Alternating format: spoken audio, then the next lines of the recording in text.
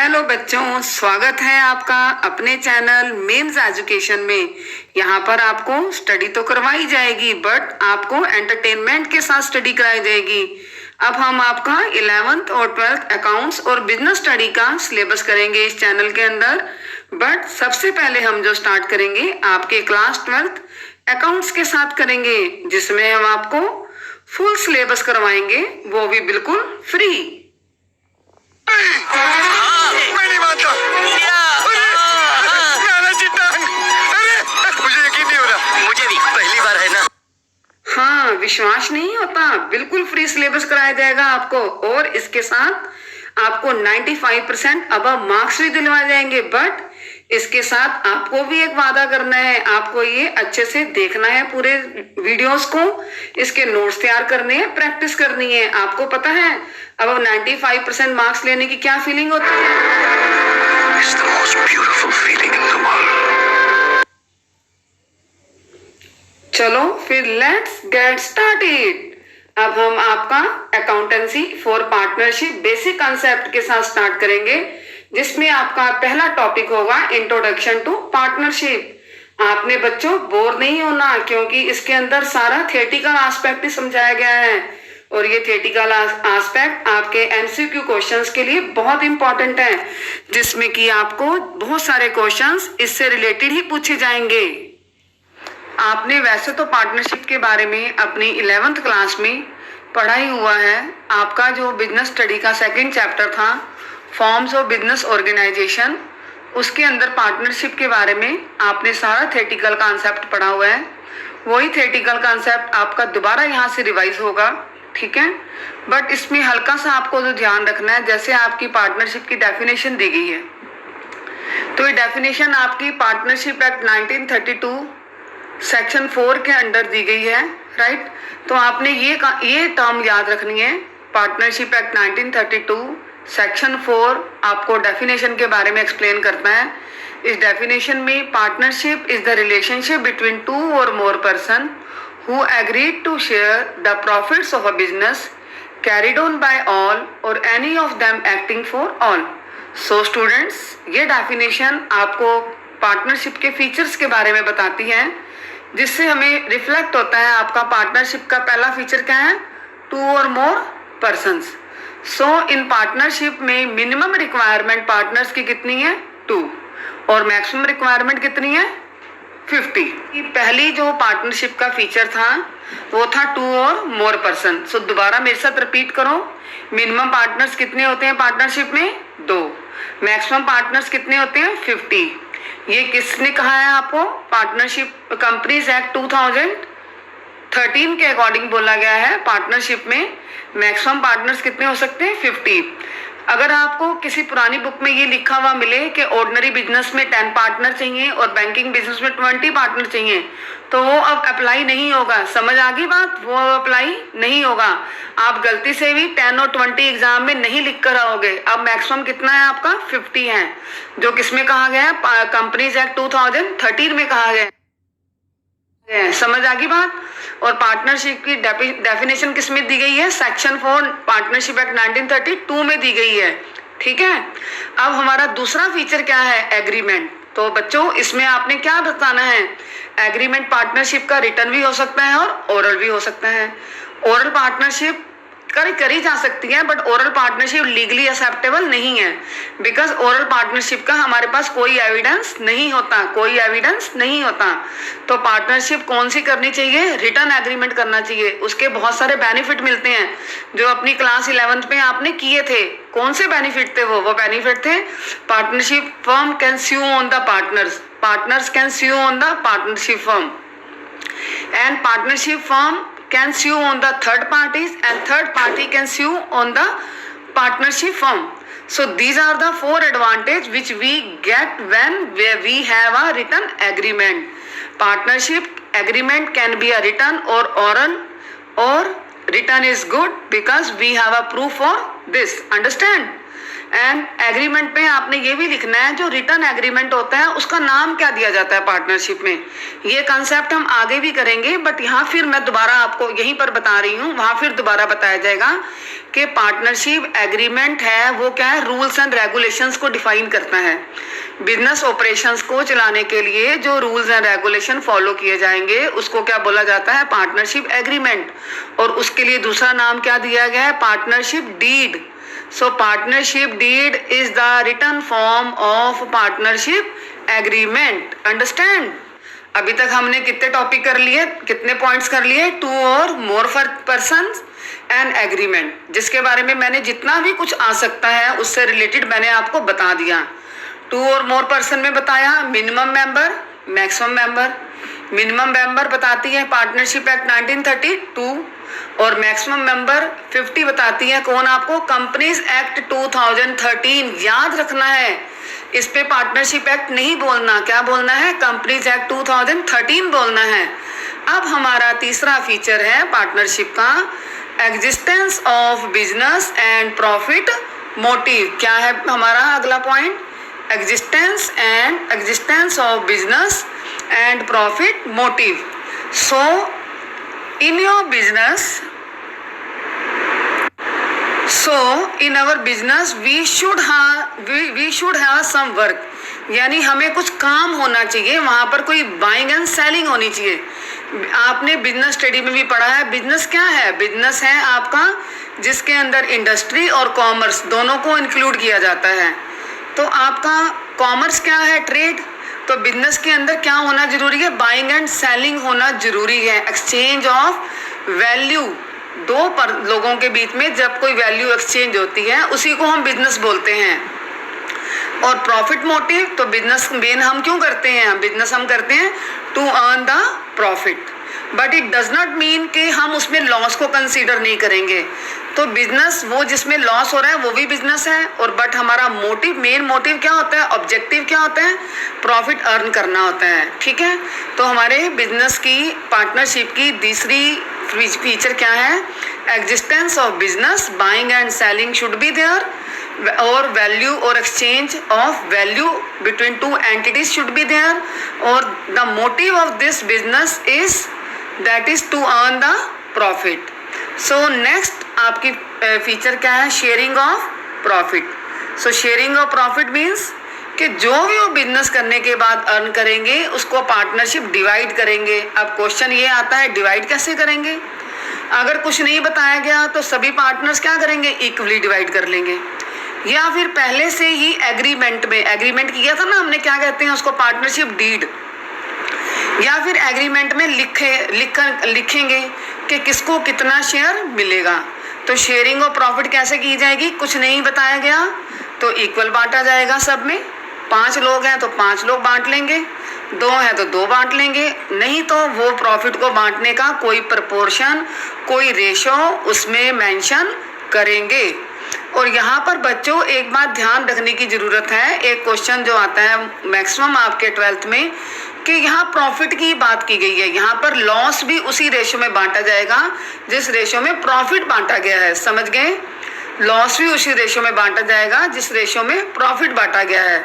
तो अभी तक हमने 4 फीचर्स कर, नंबर का जो फीचर है पार्टनरशिप का वो है business carried on by all or any of them acting for all. तो क्या मतलब है इसका बच्चों, कि पार्टनरशिप का बिजनेस या तो एक आदमी कर सकता है, या तो एक पर्सन करता है, या सारे मिलकर आपस में इसको कर सकते हैं, यानी 1 person can do the business or any of them acting for all, right? Business carried on by all, सभी मिलकर कर सकते हैं, ज्वाइंटली कर सकते हैं, सभी लोग बिजनेस में डिसीजन ले सकते हैं, कुछ लोग सेलिंग का काम कर सकते हैं, कुछ लोग रॉ मटेरियल खरीद के लाने का काम कर सकते हैं, कुछ लोग फाइनेंस का काम कर सकते हैं। तो इसका क्या मतलब है, कैरिड ऑन बाय ऑल।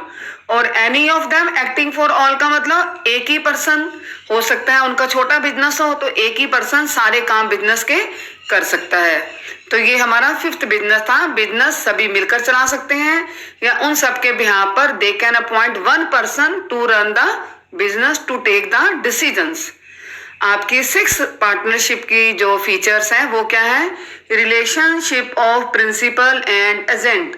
तो बच्चों कई बार ये भी आपके एग्जाम में पूछा जाता है, relationship of principal and agent. तो इसका आंसर ये है कि हर पार्टनर बिजनेस का प्रिंसिपल मतलब ऑनर भी है, और ऑनर होने के कारण वो सभी लोगों के जो काम हैं उनके लिए रिस्पॉन्सिबल है, राइट। और एजेंट होकर उसके काम के लिए कौन रिस्पॉन्सिबल है?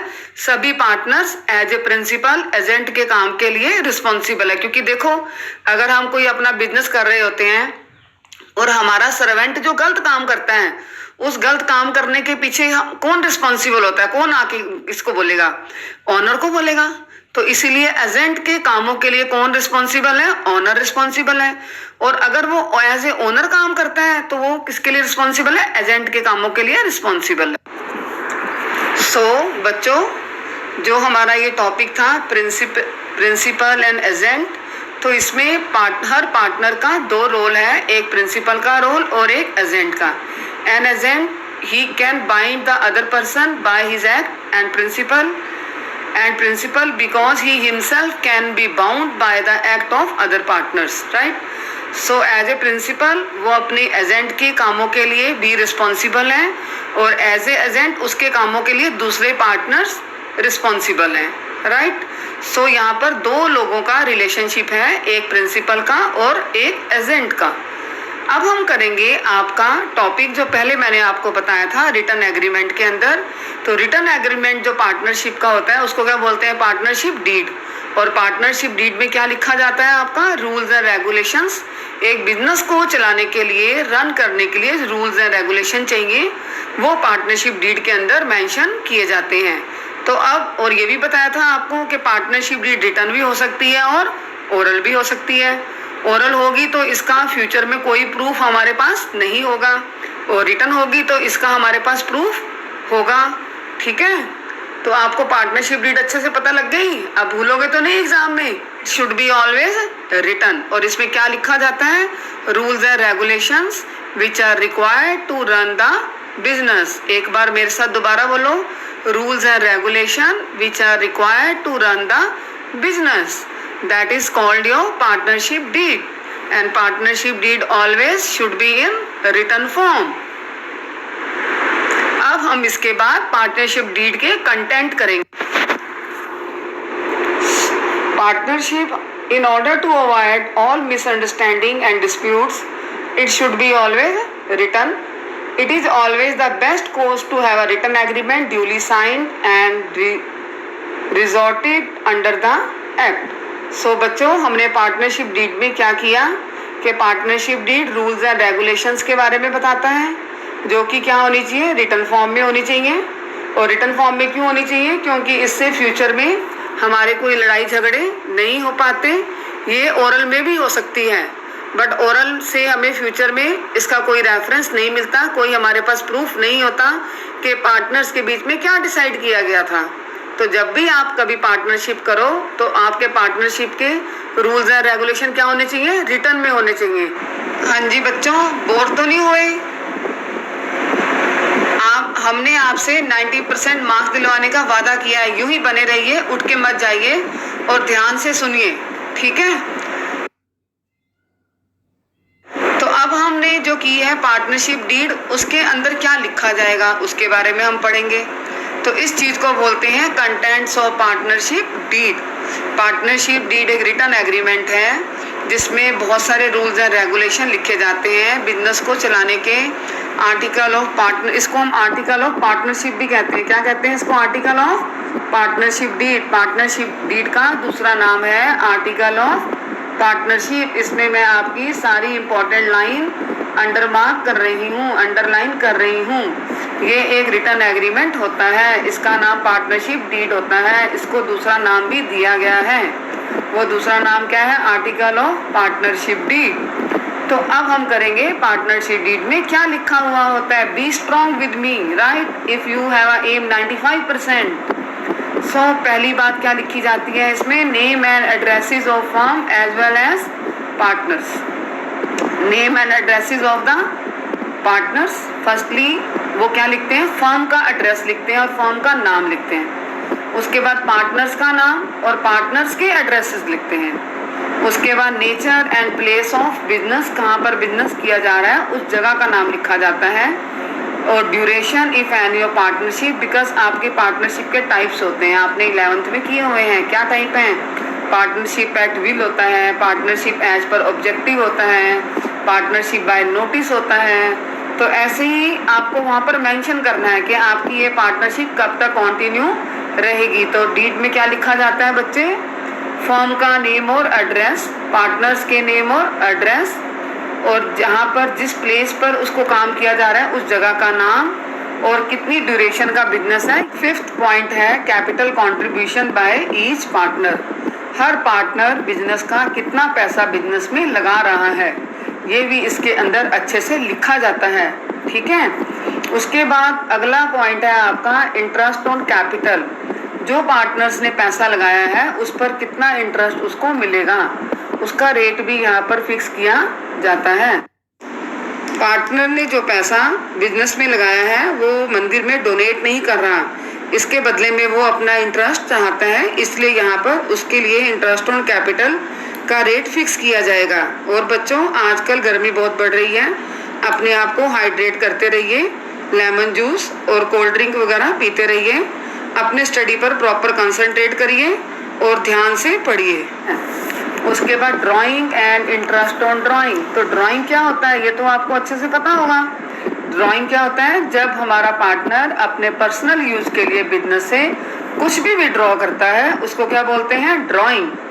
ड्राइंग आपका रुपीस की फॉर्म में, कैश फॉर्म में हो सकता है, या जो सामान है उसने अपने पर्सनल यूज के लिए, अगर बिजनेस की कोई चीज़ वो पर्सनल यूज के लिए ले लेता है उसको भी हम ड्राइंग कहते हैं।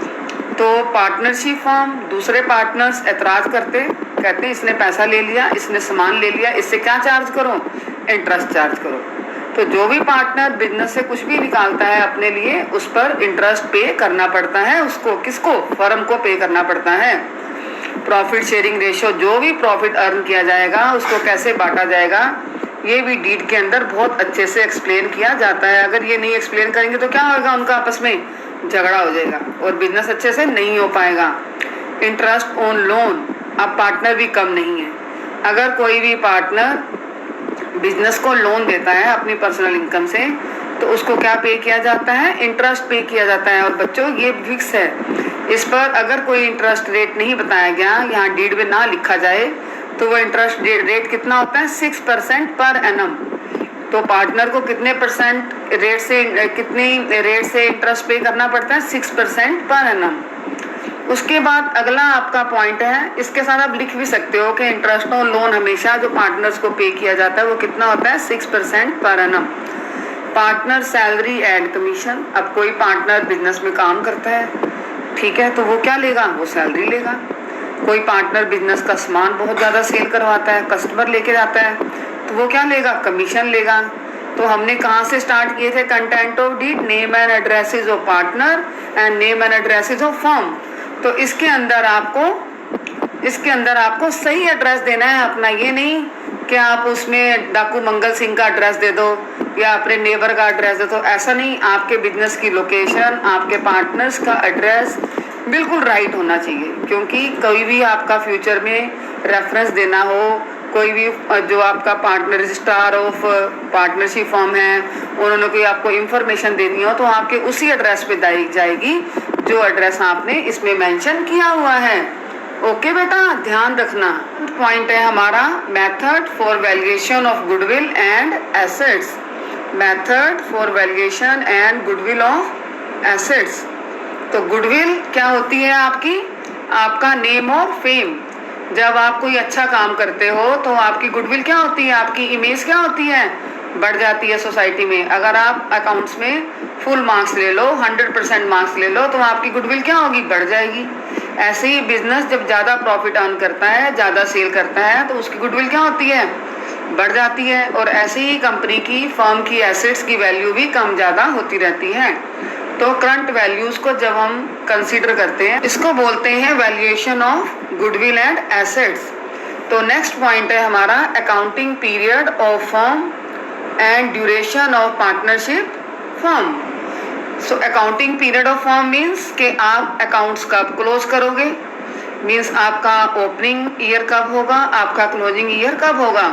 तो आप लोग जानते हो हमारा जो स्टार्ट होता है 1 अप्रैल को और हमारी बुक्स क्लोज कब होती हैं 31 मार्च को होती हैं, और हमारा अकाउंटिंग पीरियड कितने मंथ का होता है 12 मंथ्स का होता है, राइट। और ड्यूरेशन ऑफ पार्टनरशिप ये आपका डिपेंड करता है कि आपकी पार्टनरशिप कैसे एस्टेब्लिश हुई है, on the basis of objective हुई है, on the basis of time period हुई है, या एट विल हुई है, राइट।